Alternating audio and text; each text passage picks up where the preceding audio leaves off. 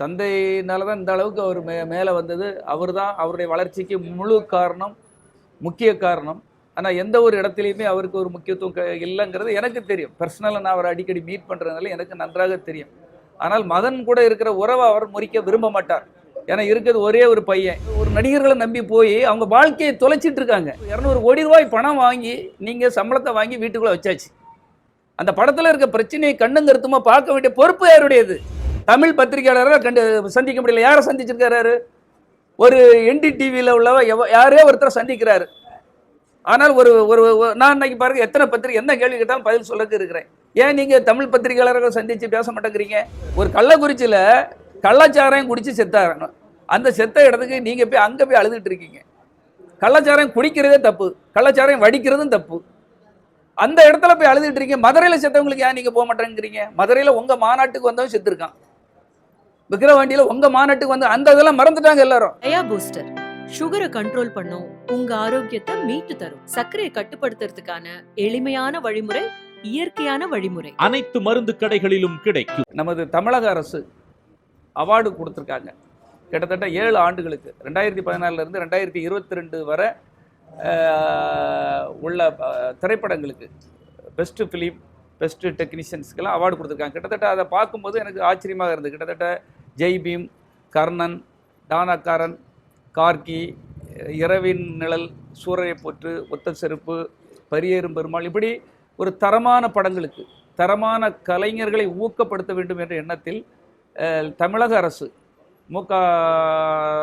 முதலமைச்சர் மு க ஸ்டாலின் அவர்களும் துணை முதலமைச்சர் நமது உதயநிதி அவர்களும் இந்த நல்ல சீரிய முயற்சியை பண்ணி சினிமா கலைத்துறையை ஊக்குவிக்க வேண்டும், கலைஞர்களை ஊக்குவிக்க வேண்டும், இளம் கலைஞர்களை, படைப்பாளிகளை அவர்களுக்கு கௌரவப்படுத்த வேண்டும் என்ற நல்ல எண்ணத்தில் இந்த அவார்டுகள் இன்னைக்கு அனௌன்ஸ் பண்ணியிருக்காங்க. அதை இவ்வளவு வேலைப்பளுக்களிலும் அவங்க கடந்த ஆண்டு எடப்பாடியார் பீரியடில் அந்த 5 ஆண்டுகள் கொடுக்க முடியாத அந்த 5 ஆண்டுகளுக்கும் சேர்த்து 7 ஆண்டுகளுக்கு இந்த முறை அவங்க அனௌன்ஸ் பண்ணியிருக்காங்க. அந்த விருதை வந்து 13ஆம் தேதி துணை முதல்வரை கொடுக்கறதுக்கு எல்லா ஏற்பாடுகளும் நடந்திருக்கு. அதுக்கு நானும் ஒரு சினிமா கலைஞன், நானும் சினிமா துறையில் ஒரு தயாரிப்பாளர் இருந்ததுனால அதற்கு நான் ஒரு நன்றி தெரிவிக்கணும், பாராட்டு தெரிவிக்கணும்னு நினச்சேன். அதுக்கு இங்கே இந்த சூழலை நான் பயன்படுத்தி அதுக்காக தான் நான் வந்து உங்களெல்லாம் சந்திக்க வந்தேன். நண்பர்களே, ஒரு ஒரு நல்ல ஒரு சுமூகமான இது இல்லைங்கிறது எல்லாருக்குமே தெரியும். இண்டஸ்ட்ரியில் இருக்கிறவங்க எல்லாருக்குமே தெரியும். ஏன்னா ஒரு தந்தைக்கு என்ன பொறுப்பு அவர் கொடுத்து ஒரு மேடைகளில் ஏற்றுறது எங்கேயா பார்த்துருக்கீங்களா? தந்தையினால தான் இந்த அளவுக்கு அவர் மேலே வந்தது. அவர் தான் அவருடைய வளர்ச்சிக்கு முழு காரணம், முக்கிய காரணம். ஆனால் எந்த ஒரு இடத்துலையுமே அவருக்கு ஒரு முக்கியத்துவம் இல்லைங்கிறது எனக்கு தெரியும். பர்சனலாக நான் அவரை அடிக்கடி மீட் பண்ணுறதுனால எனக்கு நன்றாக தெரியும். ஆனால் மகன் கூட இருக்கிற உறவை அவர் முறிக்க விரும்ப மாட்டார்.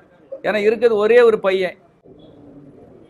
அந்த பையன் வந்து கடைசி காலகட்டத்தில் தனக்கு செய்ய வேண்டிய கடைசி அந்திம கால அந்த ஒரு கடமைகளை செய்யணுங்கிறதுக்காக அவர் மகனை விட்டு கொடுக்கல. ஆனால் மகன் தந்தை விட்டு கொடுத்துட்டாங்கிறது தான் உண்மை. அதை தான் நான் சொல்லிட்டு இருக்கேன். சார், ஜனநாயக பண்ணலாமா? மத்திய அரசு இந்த மாதிரி எல்லாம் பிரச்சனை பண்ணலாமா ஒரு திரைப்படத்தை வெளியிடுறதுக்கு? இது பத்தி உங்கள் கருத்து, நீங்க முன்னாள் மேனேஜர் முறையில உங்கள் கருத்து என்ன சார்? ஜனநாயகன் படத்தை பொறுத்த மட்டும் 6 மாதங்களுக்கு முன்னாலே அந்த படப்பிடிப்பு முடிஞ்சிடுச்சு. நீங்கள் சென்சார் பண்ணணும்னா உங்களுக்கு அவ்வளோ டைம் இருந்தது. ஒரு சென்சார் பிரச்சனை தீர்க்க வேண்டியது யார்? அந்த படக்குழு, அந்த படத்தினுடைய இயக்குனர், தயாரிப்பாளர்கள். அங்கே என்னென்ன சிக்கல் இருக்குது, ஒரே ஒரு உறுப்பினருக்கு தான் அதில் மாறுபட்ட கருத்து இருந்திருக்கு. அதை சரி பண்ணுறது யார்? நீங்கள் தான் பண்ணியிருக்கணும். நீங்கள் யார் மேலேயும் பழி போடுறது இன்றைக்கி ஈஸி சார். மாநில அரசுக்கும் சென்சாருக்கும் என்ன தொடர்பு? எந்த தொடர்பும் கிடையாது. அவங்க தடுக்கிறாங்க, திமுக தடுக்குது, பாஜக தடுக்குது. எனக்கு தெரிஞ்சு எந்த கட்சியுமே இந்த சென்சாரை பொறுத்த மட்டும் யாருமே தடுக்கவில்லை. ஏன்னா ஒரு பைலா நீங்கள் படித்து பார்த்தா தான் தெரியும். ஒவ்வொரு படத்துங்களுக்கு எத்தனை படங்கள் ஆர்கே செல்லுமணி அவருடைய குற்றப்பத்திரிகை எவ்வளோ காலமாக அதை ரிலீஸ் பண்ண முடியாமல் இருந்தது. எல்லா படம், விஸ்வரூபம், பல படங்கள். அப்போது அங்கே அவங்களுடைய நாம்ஸ் படி என்ன ஒரு பிரச்சனை இருக்கோ அந்த பிரச்சனை நீங்கள் போய் திரும்ப அதை கரெக்ட் பண்ணி அதை தீர்த்து சரி பண்ணிய பிறகு தான் நீங்கள் டேட் அனௌன்ஸ் பண்ணியிருக்கணும். எதுவுமே நீங்க உங்களுடைய உங்க கடமையிலிருந்து தவறிட்டு பிறர் மேல பழி போடுறது ஈஸி சார். ஏன்னா இருக்க அவ்வளவு உணர்ச்சி வசப்படக்கூடிய சின்ன பசங்க, அவங்களுக்கு தெரியாது. ஒரு விஜய் கூட இருக்கவங்க ரசிகர்கள், பாவங்கள். ஒரு ஆட்டோக்கார பையன் சொல்றான், நான் ஆட்டோ வித்துட்டேன் அப்படின்னு சொல்லி இப்போ பேட்டி கொடுக்குறான். இப்போ தான் தெரியுது விஜய் கூட போனதுனால ஒரு மாநாட்டுக்கு ஆட்டோ வித்துட்டு போயிட்டேன், இப்போ குடும்ப தெருவில் எனக்கு நானும் பொண்டாட்டி பிரிஞ்சு இருக்கேன்னு சொல்றான். இது ஒரு ஆளுடைய இது இல்லை, பலருடைய இது. பல இளைஞர்கள் இன்னைக்கு ஒரு நடிகர்களை நம்பி போய் அவங்க வாழ்க்கையை தொலைச்சிட்டு இருக்காங்க. அப்ப நம்ம என்ன சொல்லணும்னா, ஒரு ஒரு ஒரு ஜனநாயகன் படத்தினுடைய இது யாருடைய பொறுப்பு? 200 கோடி ரூபாய் பணம் வாங்கி நீங்க சம்பளத்தை வாங்கி வீட்டுக்குள்ள வச்சாச்சு. அந்த படத்துல இருக்க பிரச்சனையை கண்ணும் கருத்துமா பார்க்க வேண்டிய பொறுப்பு யாருடையது? அந்த படத்தினுடைய ஹீரோ. படம் வெற்றி பெற்றா நீங்க, படத்துல புகழ் வந்தா நீங்க, பஞ்சு டைலாக் பேசி இப்ப உங்களுக்கு கைத்தட்டல் வந்தா நீங்க, விசில் அடிச்சா எல்லா புகழும் உங்களுக்கு. ஆனால் ஒரு பிரச்சனை வந்தால் பிரச்சனை பின்னின்று அதை சரி பண்ண வேண்டியது யார்? நீங்க செய்திருக்கணும். ஆனா இப்ப என்ன செய்றீங்க? உங்களுக்கு சென்சார் வரலன்னா மத்திய அரசு பிரச்சனையா, இவங்க பிரச்சனையா, அவங்க பிரச்சனை, இவங்க நாட்டுல வேற பிரச்சனையே கிடையாதா? ஜனநாயகம் பிரச்சனை மட்டும்தான் அந்த நாட்டுல இருக்குதா? இது முழுக்க முழுக்க விஜயோட அவருடைய தவறு தான். இதுல எந்த இதுவும் இல்லை, விஜயுடைய ஆளுதான் நான் முன்னால. ஆனா இது நியாயணி போகணும் சார், தர்மத்தோட சிந்திக்கணும். ஒரு சென்சார் அங்க அந்த குழு அதுக்கு தான் அவங்கள நியமிச்சிருக்காங்க. அதுல ஏதாவது தவறுகளோ அதுல அவங்க மனசுக்கு அவங்களுக்கு அதுல சட்ட ரீதியா இந்த மக்களுக்கு கொண்டு செல்லக்கூடிய பொறுப்பு அவங்ககிட்ட இருக்குது. அப்ப அங்க தவறு இருக்கும்போது அதை சரி பண்ணி கொடுக்கறது உங்க பொறுப்பு. விஜய் கூட முழுமையா இருந்திருக்கேன், மேனேஜர் மாதிரி எல்லாம் இருந்திருக்கு. ஆனா நான் எதுக்காக சொல்லணும்னா, பலரும் பாதிக்கப்பட்டிருக்காங்க, மன ரீதியா பாதிக்கப்பட்டு, குடும்ப ரீதியா பாதிக்கப்பட்ட, விவாகரத்து நடந்திருக்கு. நடு ரோட்ல நிற்கிறாங்க நிறைய ரசிகர்கள். அவங்க பின்னால போய் ஏதாவது ஒரு ரசிகன், ஒரு சினிமா ரசிகன், விஜய் மட்டும் சொல்லல, ஒரு ரசிகன் வந்து ஒரு நடிகர் கூட பின்னால போனதுனால என் வாழ்வாதாரம் உயர்ந்திருக்கு, நான் தொழில முன்னுக்கு வந்திருக்கேன், நான் பெரிய பணக்காரன் ஆயிருக்கேன்னு ஒருத்தனை சொல்லுங்க பார்ப்போம். போவாதீங்க, உங்களுக்கு வேற வேலை இல்லையா? உங்களுக்கு உங்க குடும்பத்தை பாருங்க, உங்க அப்பாவை பாருங்க, உங்க அம்மாவை பாருங்க. உங்களுக்கு 1000 கனவுகள் இருக்கு, உன் பிள்ளை பெரிய ஆளாக்கு.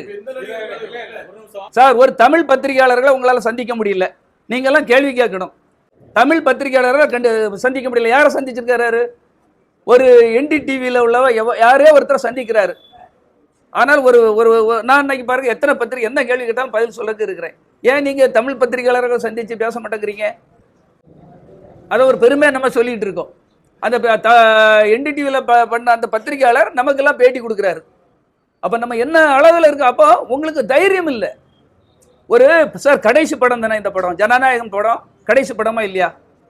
அந்த படத்தை ஏன் ஒரு தமிழ் ப்ரொடியூசருக்கு கொடுத்துருக்கலாமா இல்லையா? தமிழ் ப்ரொடியூசர்களால் தானே நீங்க வளர்ந்தீங்க. உண்மை இல்லை, நான் விஜய் மேல குற்றச்சாட்டு பண்ணணுங்கிறீங்க, கூட இருக்கவங்க எல்லாம் தப்பு. அதாவது இந்த படத்தை ஒரு கன்னட ப்ரொடியூசர் கொண்டு கொடுத்துருக்காரு. அந்த ப்ரொடியூசர் பேர் கூட யாருக்காவது தெரியுமா சார்? தெரியாது. நீங்க செய்தெல்லாம் நியாயம், தமிழுக்காக நான் செய்கிறேன், தமிழ் மக்களுக்காக. எங்க இருந்து போராடுங்க? முதல்ல உங்களே காப்பாற்ற முடியலையே. தேர்தல் வரட்டும் சார். சும்மா சார், இப்போ ஆதவ அர்ஜுனான்ட்டு ஒருத்தர் தெரியும், வாய்ஸ் ஆஃப் காமெண்ட் ஒரு பப்ளிக் இது பண்றதுக்கு ஒன்று வச்சிருக்கிறாரு, ஃபுல் பேக் ஐடி அது இதெல்லாம் வச்சுட்டு. இன்னைக்கு பேக் ஐடி நிறைய வந்துருச்சு சார். யார் வேணாலும் புள்ளி, நீங்க அவர் எடுத்தா பண்ணலாம், அண்ணன் எடுத்தா பண்ணலாம், நான் எடுத்தா பண்ணலாம், என்ன புள்ளி வரானாலும் விடலாம் சார். முதல்ல மக்கள் செல்வாக்கு பிறகு நீங்க இது பண்ணுங்க. என்ன செய்திருக்கீங்க மக்களுக்கு? நீங்க ஒரு நடிகர், அவ்வளவுதான். மற்றபடி என்ன செய்துட்டீங்க இந்த நாட்டுக்கு? விசில் சவுண்ட் எங்க எவ்வளவு நேரம் கேட்கும்? தொண்டை கிழிஞ்சு போயிடும். கொஞ்ச நேரம் தான் விசில் ஊத முடியும். ஒரு புரட்சி கண்டிப்பா வரும் சார். நல்லவர்களும் வல்லவர்களும் ஒரு சிந்தனையாளர்களும் சீக்கிரத்துல வருவாங்க. அதுக்கப்புறம் இந்த நாட்டில் ஒரு புரட்சி கண்டிப்பாக வரும். விஜய்க்கு ஐயோ அவரே காப்பாத்துக்கு பிரச்சனையில இருக்காரு. சிபிஐ பிரச்சனை என்ன முடியல. கூட இருக்கவன நல்லபடியா வழி நடத்திருந்தா நாங்க இருந்தோம் சார் 27 வருஷம். ஏதாவது அவருக்கு ஒரு சின்ன பெட்டி கேஸ் கூட அவர் மேல வந்திருக்குமா? இன்னைக்கு 2 வாரத்துக்கு ஒருக்க சிபிஐக்கு அங்க இங்கேயும் அலைஞ்சு திரிகிறாரு. விஜய் பொறுப்புங்க. இதெல்லாம் எதுக்கு ஒளிவு மறைவு? இந்த நழுப்பி பேச்சுலாம் நிறைய பேர் பேசுவாங்க, அந்த பேச்சு நமக்கு வராது. உண்மை இதுதான். நழுப்பி பேச அவரு பாருங்க, காவல் அதிகாரிகள் பொறுப்பு, காவல் அதிகாரி மேல் குற்றச்சாட்டு. ஏங்க அவங்களும் மனுஷன் தானங்க. காலையில இருந்து அவனும் சாப்பிடணும், அவனுக்கும் தண்ணி குடிக்கணும், அவனுக்கும் பாத்ரூம் போகணும், எல்லா இதையும் போட்டு உங்களுக்கு நீங்க அப்படி என்ன தேசத்தை மாத்திர போறீங்க? சுயநல அரசியல் நீங்க போய் எடுத்துக்க, அதுவும் சுயநல அரசியல் தான் சார். இப்ப நான் சொல்றேன்ல சார், 42 பேர் என் தமிழ் மக்கள் அவங்க உயிர் இழந்தது. அது வந்து ஒரு ஆள் இறந்தாலே நம்ம அவ்வளவு ஒண்ணு கூடிடுறோம் சார். 42 பேர் இறந்த பிறகு அதுக்கு சப்பா கட்டு கட்டுறான், அதுக்கு ஒரு காரணம் கண்டுபிடிக்கிறான், அதுக்கு ஒரு சார் மன்னிச்சுக்கிடுங்க சார், தெரியாம நடந்து போச்சு சொல்றதுக்கு இன்னைக்கு வர ஏன் வாய் வரல? ஒரு கள்ளக்குறிச்சியில கள்ளச்சாராயம் குடிச்சு செத்தாங்க. அந்த செத்த இடத்துக்கு நீங்க போய் அங்க போய் அழுதுட்டு இருக்கீங்க. கள்ளச்சாராயம் குடிக்கிறதே தப்பு, கள்ளச்சாராயம் வடிக்கிறதும் தப்பு. அந்த இடத்துல போய் அழுதுட்டு இருக்கீங்க. மதுரையில செத்தவங்களுக்கு ஏன் நீங்க போக மாட்டேங்கிறீங்க? மதுரையில உங்க மாநாட்டுக்கு வந்தவன் செத்துருக்கான். விக்கிரவாண்டியில உங்க மாநாட்டுக்கு வந்து அந்த இதெல்லாம் மறந்துட்டாங்க எல்லாரும். உயிர் தானே சார். அதே கள்ளச்சாராயம் குடிச்சவங்களுக்கு தானே தமிழக அரசு 10 லட்சம் ரூபாய் இழப்பீடு கொடுத்துச்சு. எந்த விவசாயிகளுக்கும் கொடுக்கல. ஆமா, அது சார், அது நல்ல சாவு கிடையாது சார். அது ஒரு அரசுங்கிற முறையில மனிதாபிமான முறை. ஆனா இவரு வந்து கண்டிப்பாக மதுரையில செத்தவங்க வீட்டுக்கு போயிருக்கணுமா, போயிருக்க வேண்டாமா? மதுரை மாநாட்டில் ஒருத்தன் கரண்டில் அடிபட்டு செத்துருக்கான் சார், கட் அவுட் வைக்கும் போது. அப்போ வந்து விருதுநகருக்கு அதுக்கு எந்த தூரம் சார்? கிட்டத்தட்ட ஒரு மணி நேரத்தில் வந்து பார்த்துருக்கலாம். பார்க்கலாமா பார்க்கக்கூடாதா? பக்கத்தில் தானே. வரமாட்டார். அவருக்கு பப்ளிசிட்டி வேணும்னா அனிதா வீட்டில் போய் இருப்பார். கள்ளச்சாராயம் குடிச்ச வந்து அவன் தப்பு, அவன் வீட்டில் போய் அழுதுட்டு இருக்கிறார் போய்.